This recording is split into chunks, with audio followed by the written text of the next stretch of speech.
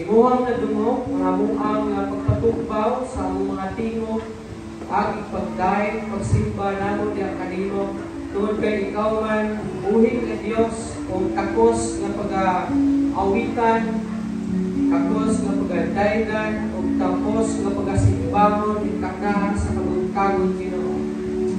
Lord, nagpasalamat kami kanino sa imo nga gayon, mga kahibulungan ng mga buhat diri sa among kinabuhi. Nagpasalamat kami sa mga panalangin, agagmay man, pumadag ko, Ginoo, tungod kay kining tanan, ikaw man ang tinugdan, Ginoo. Salamat po sa Ginoo, bisan sa mga pagsulay, mga problema sa kinabuhi, mga pagsulay sa among pagtuo niya kanino, mga naglalaging mga kaluyahon sa kinabuhi. Salamat, tungod kay kining tanan, Ginoo, nasayang kami, ang kining imuhang gitugot, tungod kay aduna ikaw katuyuan diri sa among kinabuhi, Ginoo. Ingon pa ang imong pulong, Ginoo, kaisipon nga tumang kalipay, kung ang kanang matang sa pagsulay, moabot gali kanamo. Kaya mga pagsulay, imong itugot, aron kami mahimong malantayon diha sa amo ang pagtuko o pagsalig diha kanimo. Lord, pasaylo kami sa tanan namong mga salakot ginahimo diha kanimo. Dayag man o tinagong mga buhat, pasaylo kami, Ginoo. Kung kay nasayang kami ang tanan namong ginimo, dili ko gayon nalilo, matagog diha kanimo, Ginoo. Pasaylo kami, Ginoo. Ug padayag ikaw ang magapanglilo sa mga kinabuhi, sa mga kasing-kasing, sa among mga hunay, Ginoo. Magapangday ini aron kami mahigpit yasin katubagan, Ginoo. Nagahampo ako kanimo itaknas sa kabuntagon, Ginoo. Padayag ikaw na magalingkod iyong mga katawhan. Wala ko masayang tunod sa ilang mga struggle sa kinabuhi. Wala ko masayang tunod sa ilang mga problema sa ilahang financial, Ginoo. Adunay problema diha sa ilahang, Ginoo, relationship, Ginoo, diha sa ilahang mga minahal sa kinabuhi, Ginoo. Aduna matingali kanila, adunay balatian, ako pag-ampo na ikaw, Ginoo, mag-intervene diha sa kinabuhi. O ikaw, magtapang ubal sa paglikod, sa ilang pagtungo, pagsalig na kanila. Ang nagdili, kayo sila magtukan, pag-abot, diyan ang mga pagsulay dito. Nag-aampo sa Ginoo, bisa na sa tanan, na adunay mga balatian karon. Alaman sa ospital, wala man diya sa ilahang mga tagsang-tagsang ng mga panimalay. Lord, bisitahin sila, kaluin sila, ikapang ilang mga balatian. In Jesus' name, I declare and speak healing nila kanila, Ginoo. Sa tanan, imong mga alagad karon, mga magwawali, mga mensahero, mga ebanghilista, Ginoo, kay imong ipadala sa nagalaing dapit, Ginoo, sa kalibutan, aron imantala ang maayong balita ngadto sa tanan ng mga pinulungan, katribuhan, Ginoo, mawa pagyud mga batik, Ginoo.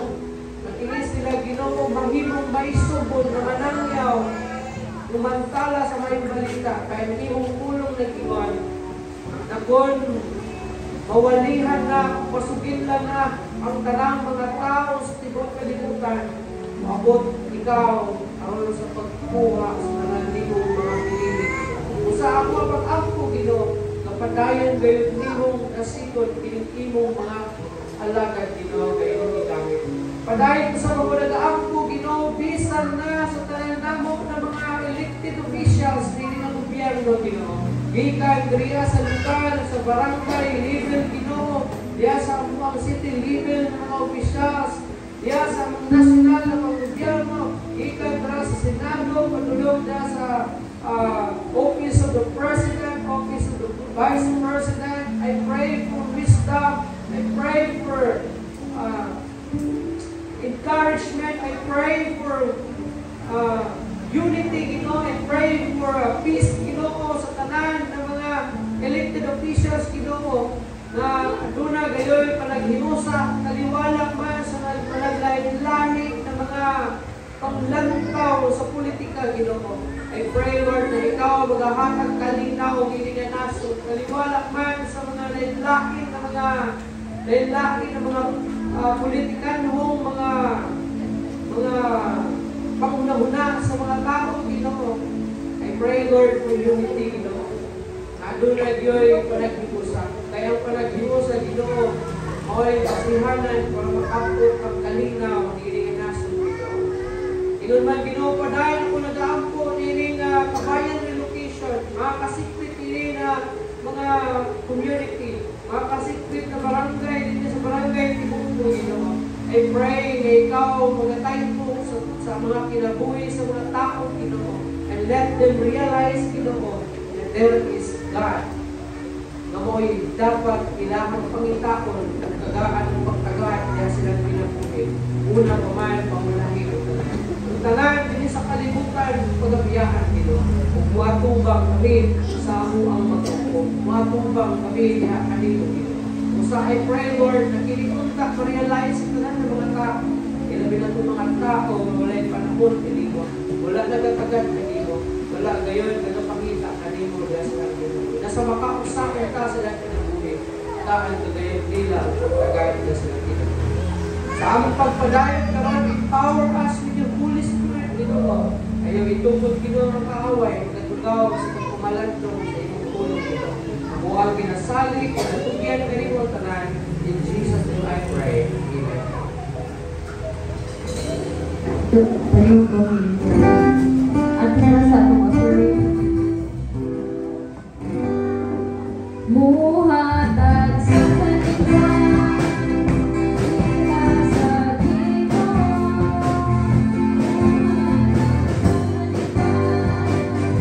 Kay wala sa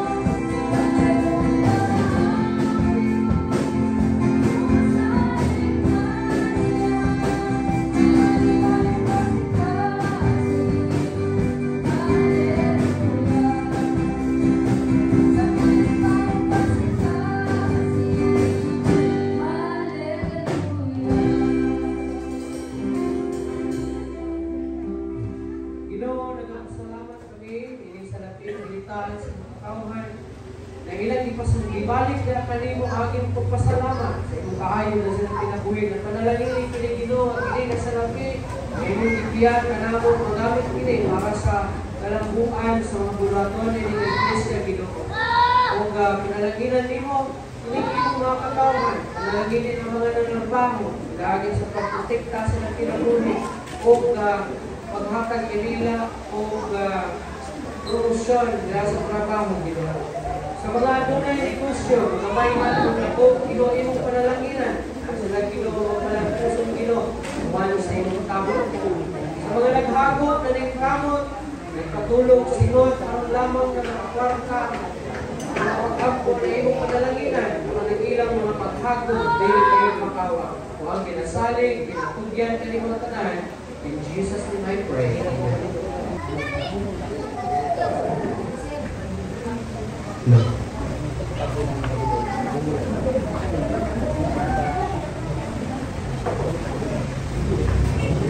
Maayong buntas tanan.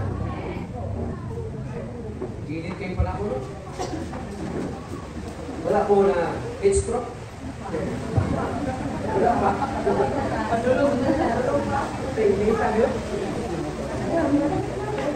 Mas wala po maayong buntas tanan. Salamat ka sa Ginoo, pagkataas, pagkagod, dumugdas, ilang mga napulong. Iyon na mga estuhanon sa kinig ka labing importante na bahin sa kong pinabuhi. Pamatin kita sa pulong sa Ginoo. Iyon na ato sa pinighiya sa itong adlaw-adlaw na pag-pinabuhi, kinigalitan. Dili kita magalangan, kung doon na mo'y mga Biblia, dili ubad kanako sa libro sa Mateo, Kapitulo 5, versikulo 16. Mateo, Kapitulo 5, versikulo 16. Ang pulong sa Ginoo ng ingon, busa, pasigaa ang inyong kahayag sa tumbangan sa mga tao. Aron makita nila ang inyong mga maayong buhat o daligon nila ang inyong amahan na tuwa sa langit. Ang Diyos mga panalangin sa pulong, let us pray. Amahan namin sa alangit noon. Salamat sa inyong pulong. Ako ang nabasa. Panalangin ni Ginoo masamtang amuha kini pagkunan. Masamtang lang kini bubuti kini inyong pulong. Maghatagayan kini Ginoo impact sa sulod sa mga simpase. Aron kini mo inyong remind ka namo ng giya. Samtang kami naglalawin ng kinabuhian. Iyon na mga alagad niyo. Kung ang ginasalig, kinatugyan, inimang tanan, in Jesus' name I pray, Amen.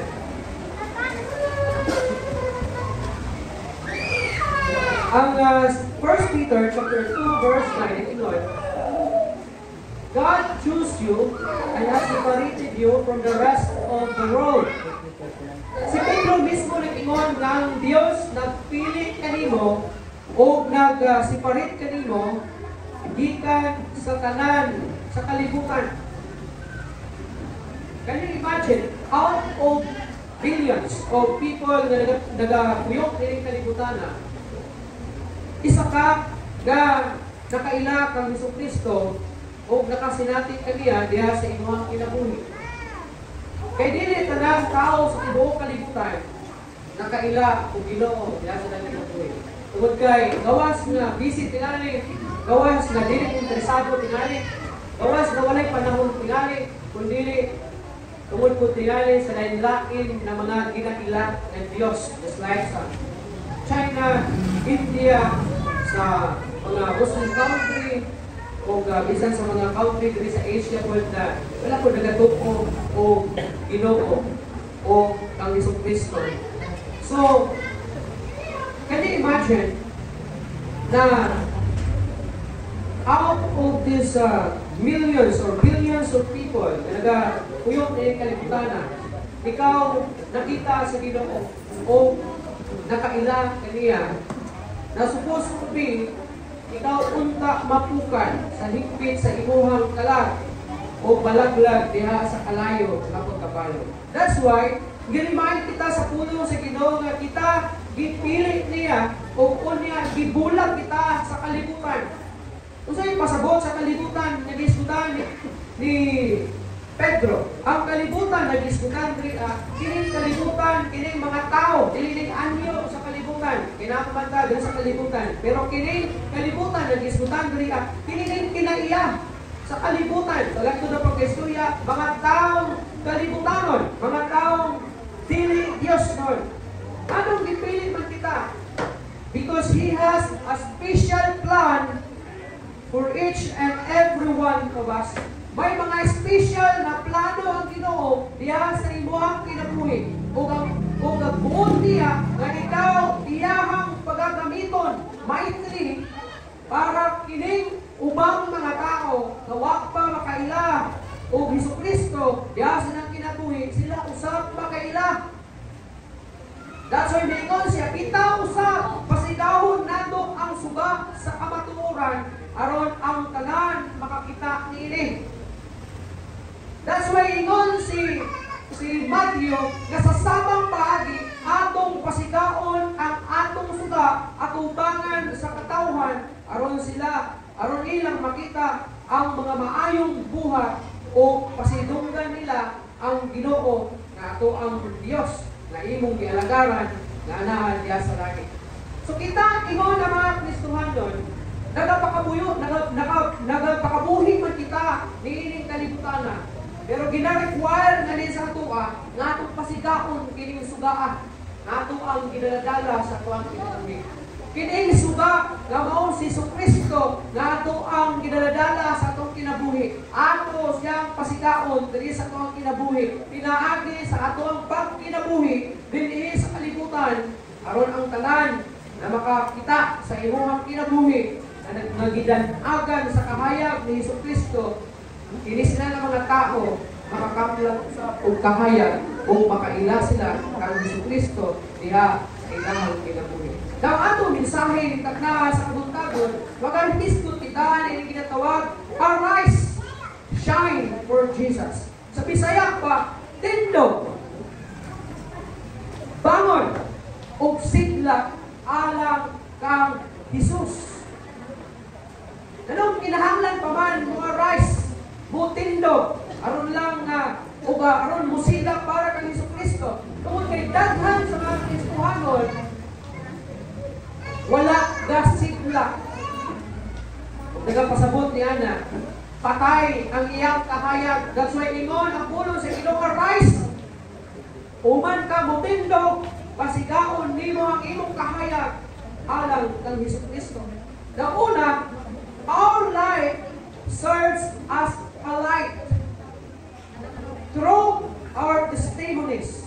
Kung sa atong kinabuhi, ang atong kinabuhi, ingon ng mga Kristohanon, naga-alagad kini or naga-serve kini, ingon makahayag, pinaagin sa ato ang mga testimony. Kung sa mga testimony, mga testimonyo sa ato ang kinabuhi, ato ang pagkinabuhi, ato ang mga liho diri sa kalibutan. Kung kinsa ta, atubangan sa ato ang family, atubangan sa ato ang mga kahigalaan, atubangan sa atong mga kasilinganan, kinsa o unsa ang imuhang testimony. Mailhan ba ka na ikaw Kristohanon kung kauban nimo ang mga tao na wala mga lagad sa Ginoo? Mga tao nga dili sama nimo, either imuha ba ni siyang family, part sa imong family, either kini ba siya imuhang mga amigo, either kini mga tawhana ba imuhang kauban sa trabaho, or schoolmates or classmates ba nimo? Ikaw ba, makita ba ang imong testimony diha sa ilaha? Makita ba ang Kristo diha sa imong kinabuhi? O kakuhaan ba nila o maayong panag-ingnan ang imong kinabuhi? Efeso 5:8 dato na sa 9. Ito ang basahon.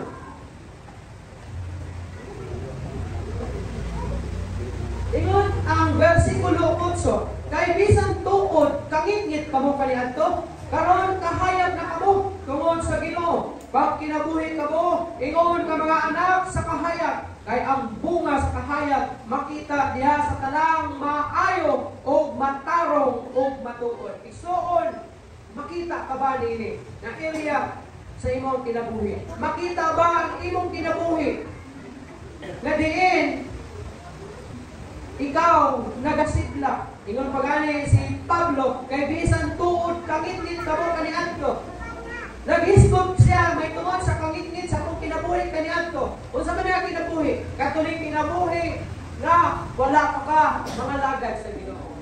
Katuloy kinabuhi na ikaw pa'y nagbuot sa imong kinabuhi o wala pa'y labot ang Ginoo. Apan karon nga nakaila ka na kang Jesucristo, ikaw ana-ana sa kahayag o kining kinabuhi ingon pa niya, kini nga kinabuhi kinahanglan mamunga o mubunga kining kahayag diha sa tanang maayo o matarong o matuod. So unsa dapat ang makita sa atuang kinabuhi? Nga bunga na timaan sa kahayag. Mao kining pagka maayo, pagka matarong o pagka matinud-anon, pagka matuod. Madayag ba ni diha sa atong kinabuhi? Makita ba kita na nagasiglak ni ini nga area sa atong kinabuhi? Na kita nagkinabuhi nga maayong tao? Matarong, buot pasabot ni ini, walay ikasaway, maayo ang imong mga buhat, maayo ang imuhang kinabuhi ngadto sa uban ng mga tao. Tungod kay kini nga bahin sa atong kinabuhi ang buot nga makita nga nagasiglak dinhi kanato. That's why ingon ang ulo sa Ginoo, arise, shine for Jesus. Atong ipakita ang reflection, reflecting God's image in His power in our lives. Dapat nag-reflect ang imahe, ang hulagway, ang kinabuhi ni Ginoong Jesucristo diri sa atong kinabuhi. Ug ang iyang gahom na naghatag og kausaban diri sa atoang kinabuhi. Nag-reflect ba si Kristo diha sa imong kinabuhi? Makita ba si Jesucristo diha sa imong kinabuhi? Makita ba ang imong kinabuhi na minanduan si Ginoong Jesucristo? Bisay kaila kay Joseph Ria. Joseph the Dreamer. Atong lang taon ang iyahang kinabuhi, ingon nga modelo, sumbanan kanato na mga Kristohanon. Atong tan-awon ang iyang karakter, ingon nga anaa sa kahayag. First, the value of self-control and temptation. Dili lang niya siya, kini kay Joseph. Ang temptation ngayon sa gubang diriya is sexual temptation.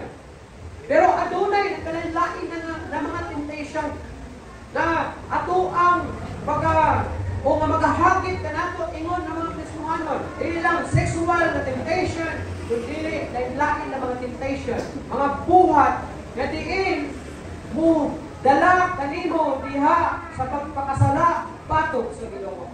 Sa diha nga si Joseph gibaligya sa mga wala ko sa Midianon o gibaligya kini usab sa mga Midianon sa mga taga-Ehipto ingon nga ulipon nahimo kini siyang gipalit ni isa sa mga gobernador sa Ehipto niadtong panahon o gihimo kini sulubuon na promote siya o gihimo siyang sinaligan sa panimalay sa mao nga agalon. Sa diha nga nahimo siyang sinaligan, giingnan siya sa agalon na makahimo ikaw sa pagbuot sa tanan diri sa tibuok na panimalay. Ayaw lang o ilagti ang ako ang asawa. O ayaw lang walay labot ang iyang asawa sa iyang pagbulotan, pagkontrol diya sa balay. So sa kaadlaw, sa diha nga wala ang mao nga agalon, ang asawa nangita o pamaagi para matintal niya si Joseph. Tungod kay si Joseph usa ka Hudyo o usa ka ampungan, itsuraan o sa kabuutan ng tao, isulay kini niya og tintal. Pero nilabaw ang iyang pagka-Kristohanon o nilabaw ang iyang pagkamahadlukon sa Ginoo. So may pasulabi kaniya ang ginatawag self-control. So ingon na mga Kristohanon, kinahanglan kabalo kita mo kontrol sa ato ang kagalingon. kabaluta mo pugong. Ha? Dapat ato ang rindahan ang atong kagalingon aron kini mapugnan. Sama sa kabayo, tanawa ang kabayo. Kung dili nimo kutangan og rinda ang kabayo, sabot og rinda, bakal nga isulod anang bakba ang kabayo, niya isip by side, may PC, connector sa driver, o sumitawa ka na sa manakayay ng kabayo. Kung walay rinda ang kabayo, niya sakyan nimo, hindi mo na pakontrol. Posible, ibunal ka na sa lupi, o sa kahoy, o ihulog, ay patakaw na sa dagat. So kinahanglan ang rinda para makontrol nimo ang kabayo. Ingon usab ni anak kita. Kinahanglan rindahan nato atong kagalingon. Rinda diha sa pagkahadlok sa Ginoo. Kinahanglan nato ang gahom sa Ginoo nga mao'y mutabang kanato aron nga makabarog kita nga lig-on sa diha nga hagiton kita sa ginatawag temptation. Unsa man sa klase nga temptation, basta kana nga temptation moatod kanimo sa pagpakasala batok sa Ginoo, kinahanglan og self-control. Ikaduha, patience, integrity, and perseverance. Na naman, sa diha nga si Joseph, midagan, kay mingon ba ng asawa sa usa ka agalon, ingon siya nga, Joseph, itulo ra nang dali na ko diri amo gituyo siguro bilin kong iyang tuwalya, so gipatunol kay Joseph. Naduol ko sa banyo ba o asa ba? Doon rin ihatag sa kuha ng ako ang tawid.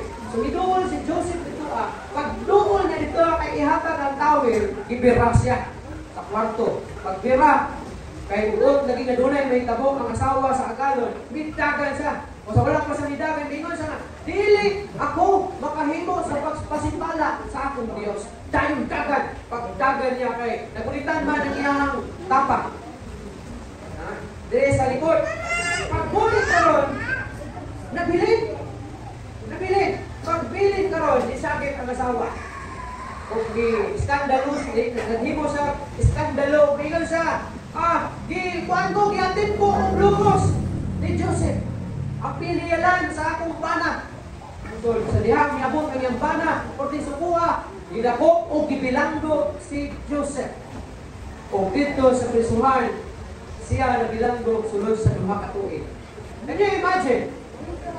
Pareha na karon, daghang mga istorya nga daghang na priso na walay sala posible. Kay si Joseph na priso nga walay sala, naghimo siya matarong katubangan sa Ginoo, pero gipriso siya diya sa nasod sa Ehipto sulod sa duha ka tuig. Pero mapailubon siya. Uban sa pag-amping sa iyang integrity. So ingon na mga Kristohanon, dapat atong ampingan ang atong integrity. Ingon na mga Kristohanon. Kaya kung makita ka nga masawayan nandito sa uban ng mga tao, basin na ng mga tawhana, di naging pangalagad sa Ginoo, kaya imong kinabuhi, labaw pa man sa kabadlungon sa iyang kinabuhi. So may integrity and perseverance, wala siya muriklamo. Idawat niya ang punishment, isang walay iko nga sumbanan sa hustisya o sa hukom, nagipakanakog batok kaniya. So nagpailog siya sulod sa bilangguan sa daghan ng mga panahon. And then, ay mo siyang honest, forgiving, and did not retaliate. Kung pasabot ani, napriso siya because of his honesty. Dahil kung honest ka, mapriso ka. Murag in ani. Kung ay ka tinukod, mapriso ka. Pero mas maayo na magtug-an ka tinukod. Kaya dili man para sa ikalipay sa lakog sa imo, kung dili para sa ikalipay sa Ginoo. And then forgiving and did not retaliate. Ano man? So diya na siya sa prisuhan, wala gid siya magtanong o kasuko.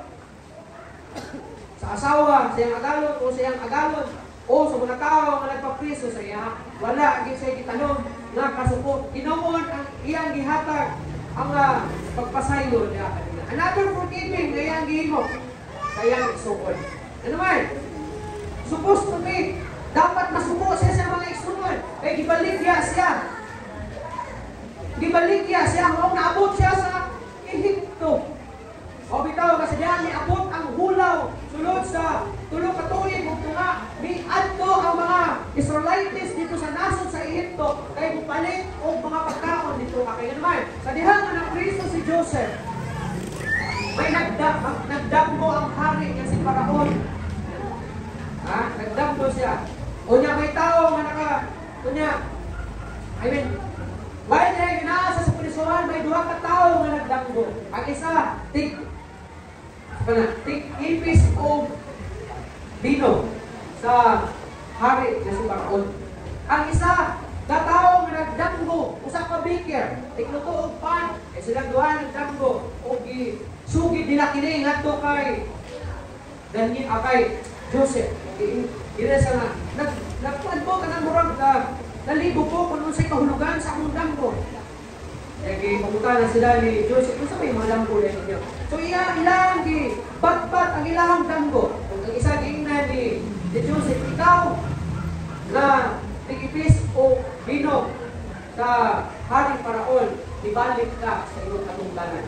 Ingon nga, ilaw, tigipis. Ikaw, giingnan niya, ikaw biker, pakagawas ka, pero bitayon ka dito sa gawas. Pakyun ka, putlan yung kutlon, yung liyo. So muna ang hubad sa damgo. And then, ingon tong mga tao, ingon tong katong tigipis o wine, ingon niya, kung may tabo ng imong gisulti sa kuha, sultihan ako agalon na buhian ka. Tuod man, di pagawas. Ang isa, giristor pagbalik, ingon nga, tigipis o wine. Ang isa, gilitay dito sa gawas o gilipatay. Pero nalimot, siya kay Daniel. Sumidagan ang dagan ng mga adlaw, nagdamgo ang hari na si Paraon. Nagdamgo o baka, payat, baka na tambo, nagdamgo sa mais nga, payat, o mais na tambo. Nagikaon sa baka, ikaon sa payat na baka, ang tambok na baka. Ibang kalan. So, wala mahibutang ang hari.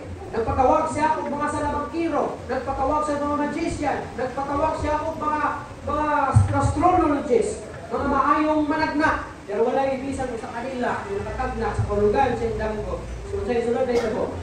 Nahinundog ang maong ating ipis of wine, bingon siya, tama di ay agalon. Samtang dito ko imong ipriso, may taong nakailang ko dito usa ka Hudyo, usa ka Jewish.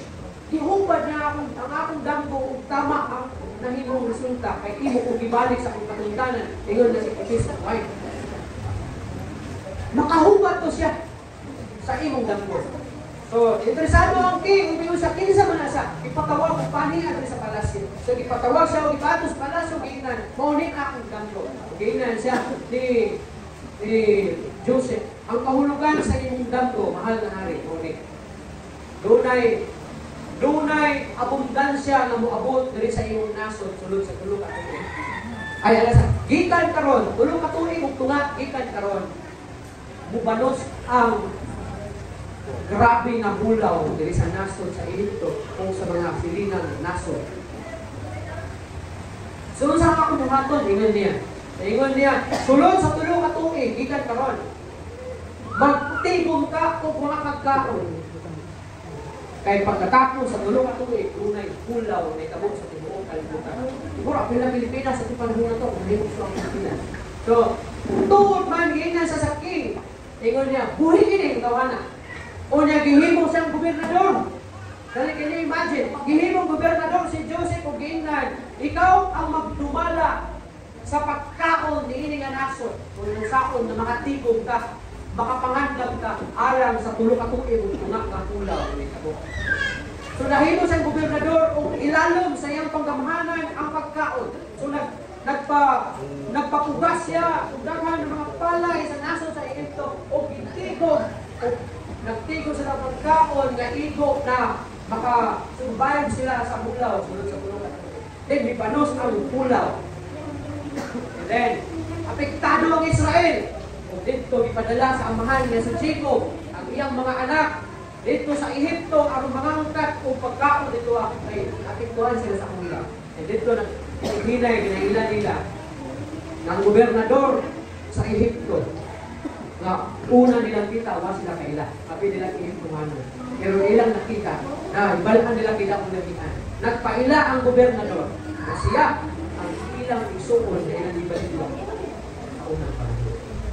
So mauna nga sa diha na nagbalik na ang ilang relasyon. Ingon ang mga isuon. Ingon niya, isaad, una mamatay ang atong amahan nga si Jacob. Una siya mamatay. Isaad, may po kaniya, dili ka manimalo sa mga. Ingon ni Joseph sa iyong isuon. Akong isaad, dili ko manimalo sa kaninyo. Tungkol kay kining na tanan na itabo kanako, dunay purpose. Unsa ang purpose sa Ginoo? Kung wala siya gibaligya dito sa Ehipto, patay ang mga Israelites. Kaya dili makaangkat ang pagkaon sa Ehipto. Pero tungkol kay Joseph, na nahimong gobernador sa Ehipto, nakakaon ang mga Israelites. Kapil na yan. So, ingon niya, kining tanan, may purpose sa Ginoo. Sa ito yung Ginoo, kung ano kinyo kung ibalik niya, ano na priso mo, kaya para mahimo kong gobernador. Kaya itong panahon na. Now, grabe ang iyahang forgiveness. Grabe ka forgiving si Joseph. And did not retaliate. Wala din siya maghunahuna nga manimalos. Wala din siya maghunahuna nga mubalos siya may isukon kay ibaligya siya. Inoon, grabe ang iyang pagkamapila sa inoon. Another thing nga, ang ngay natusundon sa kinabuhi ni Joseph is fear of God and faithfulness to God. Can you imagine? Tungod kay Joseph, mipuyo ang mga Israelites sa nasod sa Egypto. Ano man? Sa diha nga si Joseph na himong gobernador sa Ehipto ni atong panahon na himong open ang ilang nasod na puyan sa mga langyaw ng mga Israelites. Kung dito ni puyo sa Ehipto ang mga Israelites sulod sa 400 ka mga katuigan. Una sila gipalayas padulong dito sa promised land. Oh. Because of his faithfulness sa Ginoo. Grabe ka faithful ni Joseph sa Ginoo. Ibisan luyo sa mga temptation.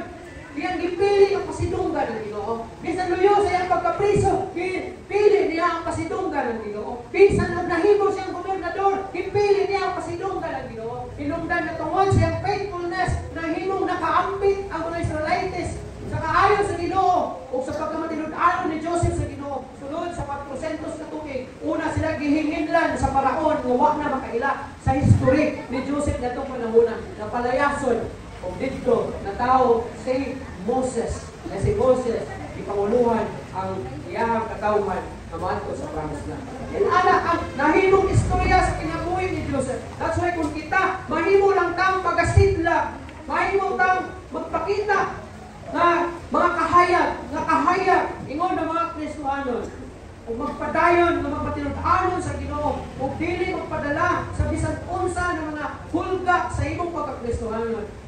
Ang Ginoo panalangin kayo. Ang Ginoo malipay sa iyong buhay. Ikaduha og katapusan, our attitude.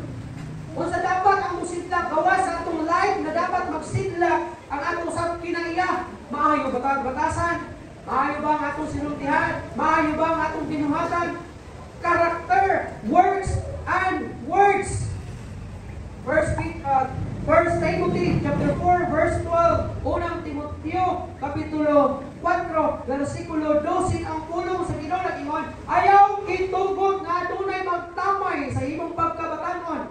Inoon alang sa mga magtotoo pag kinabuhi ingon nga panag-ingnan diha sa sinultihan, sa paggawi, sa gugma, sa pagtuo o sa kaputli. Pangutana makita ba ni sa atong kinabuhi? Ang nagsulat ni si Pablo, kasi yung isultihan ni si Timoteo o ang iyahang mga readers o gingnan na ayaw itugot na tamayon ka. Pagkabatan ko nang gisgutan ko niya tungkol kay batan ko si Timoteo, pero kini-applicable sa tanan. Pinoon alang sa mga magtotoo. Kita na mga Kristohanong kinihan, dili ni mga non-believers ang gisgutan ko niya. Mga magtotoo. Ha? Pag kinabuhi, ingon nga panag-ingnan diha sa sinultihan, ang ato bang mga sinultihan, maay mo bang panaminan nato sa upan, maay mo ba kining panalangin, panag-ingnan, dili balik kapandulan, sa paggawi ang atong binuhatan, maayo ba ang atong binuhatan, makita ba ba nila na nagkinabuhi o nabuhat, mawalay ikasaway o dili masaway. Ingon pa, ang atong binuhatan to live a life that mirrors Jesus and to fight the good fight for righteousness. Isa daw, i-mirror nato si Jesus Christ. Isa man si Jesus Christ. Si Jesus Christ, makita ba niyo ang mga dautan niya, mga buhat? Dili. So dapat dili makita sa itong kinabuhi ang mga dili maayo ng mga binuhatan. Kaya salamin man nato si Jesucristo diri sa itong kinabuhi. And fight the good fight for righteousness. Makipugno kita para sa pagkamatarong. Manang batukan nato ang bisan unsang dili pagkamatarong. Na diin makapasipala sa Ginoo diri sa atong kinabuhi. Another thing, our words, atong mga pinulungan, no flippant speech. Ano yung flippant? Mga dili maayong mga sinultihan, cursing, mga pamalikas, gossip, mga marites, o mga gossip, mga libak, destructive criticism. Okay naman mag-criticize, pero dito ta sa constructive criticism. Ayaw ng destructive, kaya dili na sa maayo. Then traits, mga huluga, filthy talks, mga hugaw ng mga pinulungan. Kaya mong Android, na yung mga kanta, mga sample na sa mga filthy talks o mga green jokes, may tawag ka na. Likayin lang siya ng mga sinultihan. Kaya dili na mao ang sinultihan ni Jesucristo sa diha kapuwig pa siya. Siya man ito palagingnan.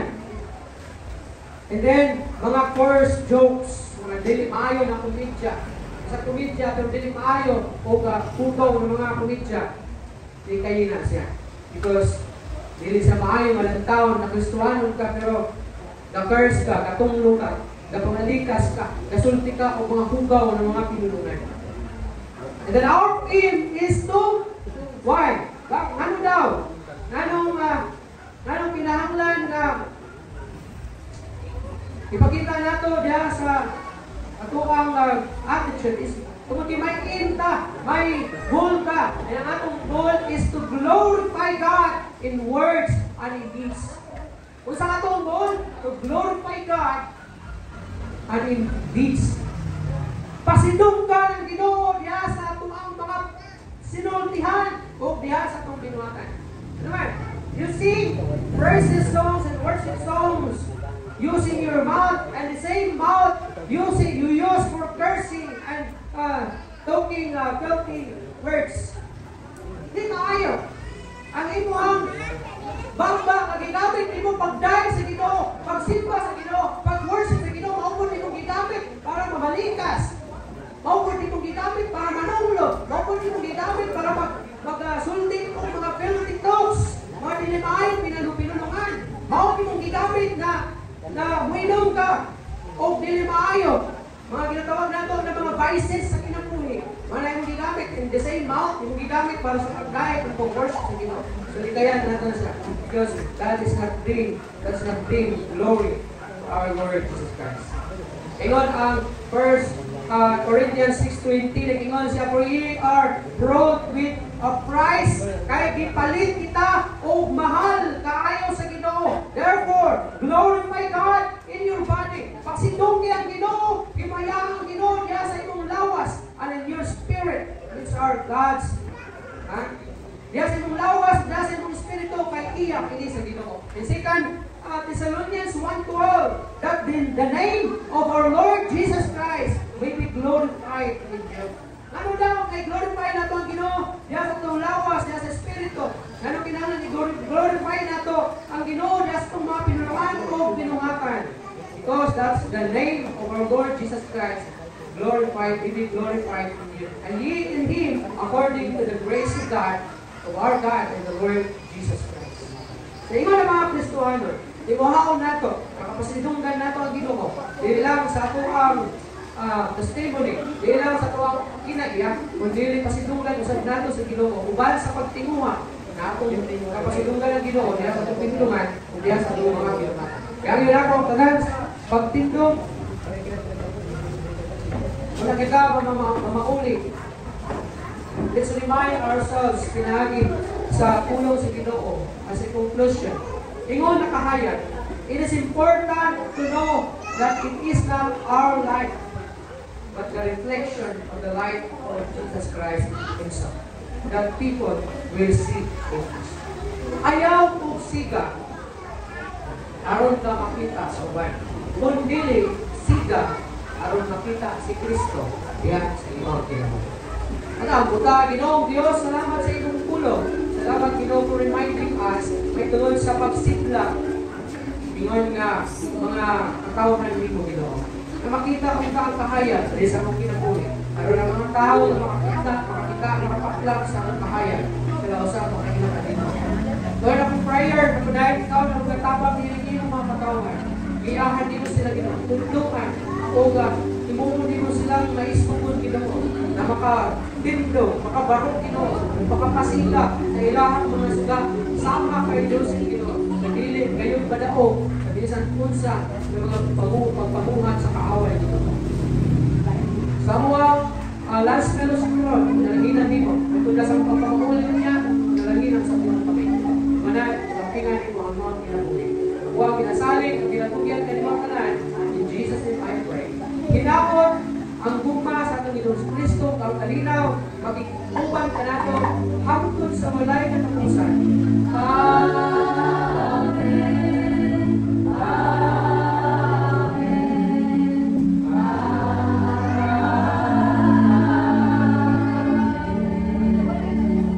Mayong bukas sa tanan, o ganda sa ibuan,